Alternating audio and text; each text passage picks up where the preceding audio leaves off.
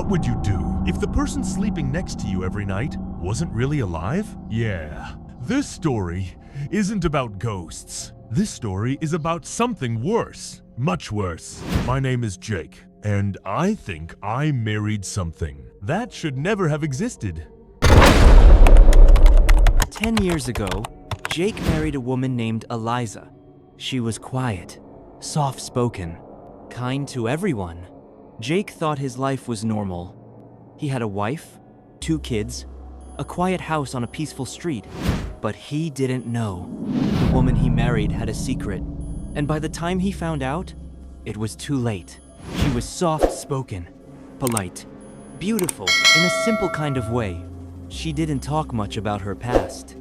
Didn't like taking pictures. Didn't post online.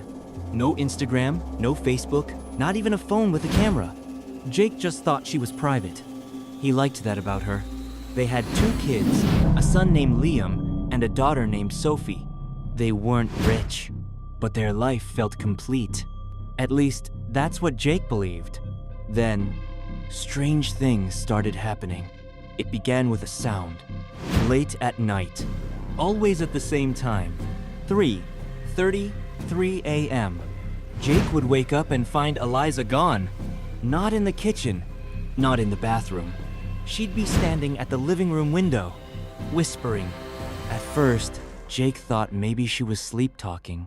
He called out to her, and she didn't turn around. He got up and asked, "Who are you talking to?" Eliza calmly said, "I'm talking to the children."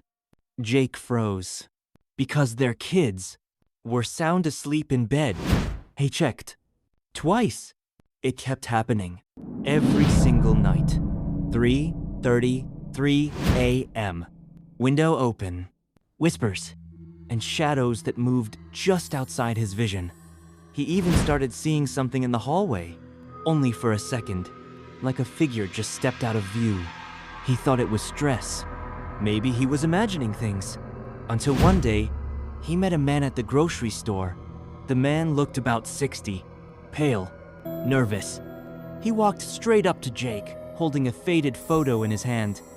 He asked, "Is this your wife?" Jake looked at the photo and his heart dropped. It was Eliza.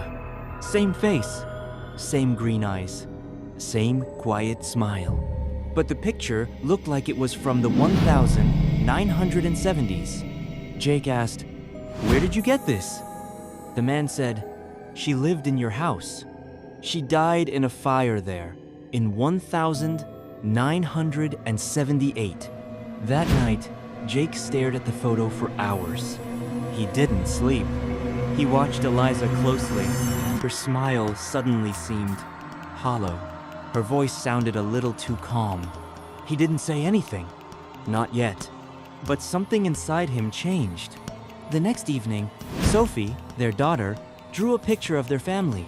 Jake, Sophie, Liam, and Eliza. But Eliza's face was scribbled out, with thick black lines where her eyes should be. Jake asked gently, "Sweetheart, why did you draw Mommy like that?" Sophie looked at him and said, "Mommy told me not to draw her eyes anymore." The next morning, they were gone. Eliza, Liam, Sophie. The house was completely quiet. No broken windows. No signs of a struggle. Just one thing. A small note taped to the inside of the kitchen window. It said, "Thank you for giving me a life I never had. But they're mine now. They always were." Jake called the police. They searched the house. They searched the neighborhood. And they found nothing. And then things got even stranger. None of the neighbors remembered seeing Eliza or the kids. Even Jake's own parents said, "What kids?" The hospital had no record of Liam or Sophie's birth. No school enrollment. No photos in the family albums.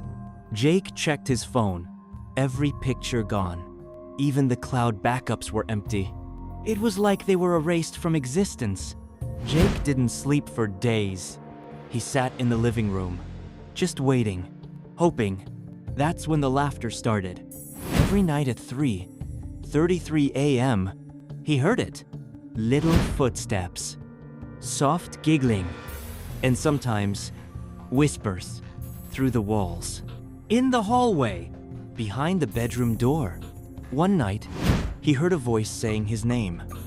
Jake? He shut himself inside the bedroom. He didn't leave for 2 days. He could feel something outside the door, breathing. Sometimes, he thought he heard Liam crying, or Sophie laughing, but he didn't dare open it. Once, he swears he heard Eliza's voice saying, "You were always mine." Jake never found them, and no one ever found out what really happened. Some say he went crazy. Others say he just disappeared. But one thing's for sure. At exactly 3:33 a.m. every night since that day, someone is still whispering in that house. But the truth didn't begin with Jake. It began long before that, in a house that had already claimed others' life. This is the story of what happened in the year 1978. Back then, the house didn't belong to Jake. It belonged to the Palmer's family. John Palmer, a widowed farmer, lived there with his daughter. Her name? Eliza. But she wasn't the Eliza Jake knew. This Eliza was 17. Shy. Strange. She rarely went outside. She didn't go to school. And people in the town whispered that she was different.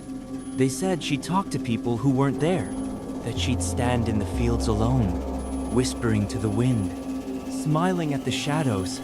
Her father said she just had an imagination, but others weren't so sure. One night, in early October, neighbors saw something strange. Smoke, coming from the old Palmer's house. By the time anyone got there, it was too late. The house was on fire.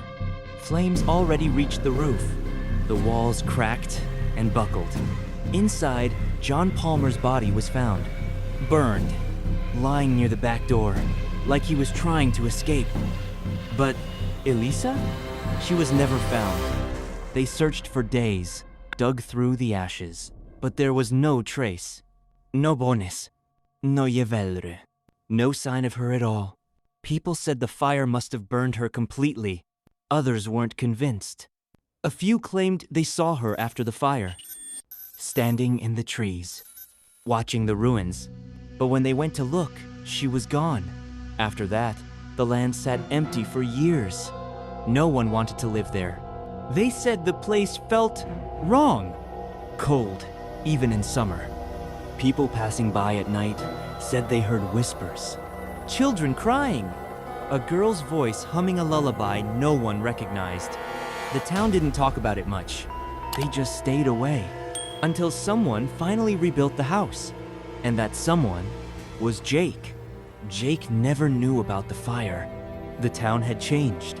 Old records were lost. No one warned him. He just thought it was a good deal. A quiet place to raise his family. And when he met Eliza, he thought it was fate. But it wasn't fate. It was something else. Something waiting. After his family vanished, Jake started searching. He went to the town archives, talked to old folks, found yellowed newspapers from 1978. Every time he found a new photo, he saw her face. Same woman. No doubt. She hadn't aged a day.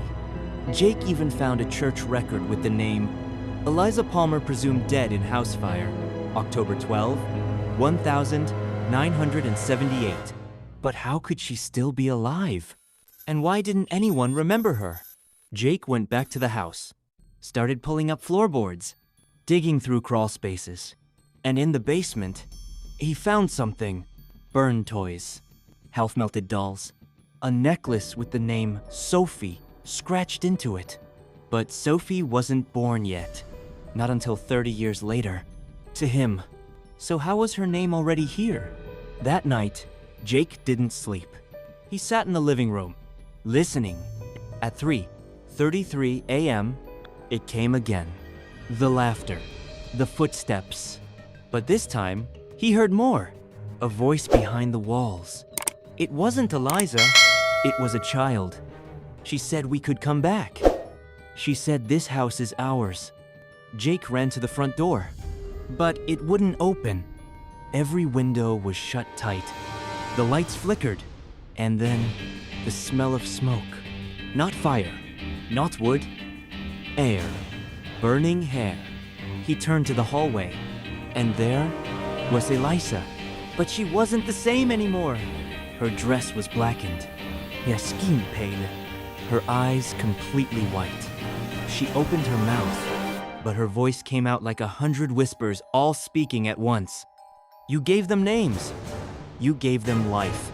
Now, they are mine. Jake screamed, ran into the bedroom, locked the door. That's where he stayed. For 3 days.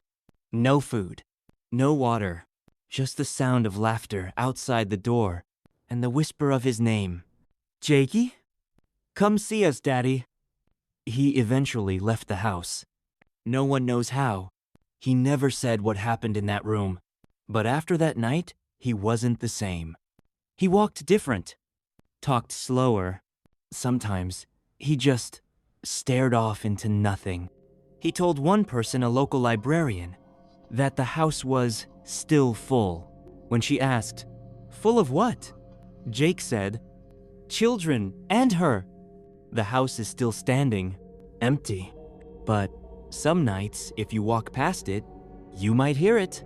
At exactly 3:33 a.m. A whisper, a laugh, the sound of tiny feet on wooden floors. And if you're unlucky, you might see her standing at the window, smiling, waiting for someone new. In the next episode, Jake returns to the house one last time, but what he finds in the attic changes everything. Make sure you subscribe if you haven't, and turn on the notification bell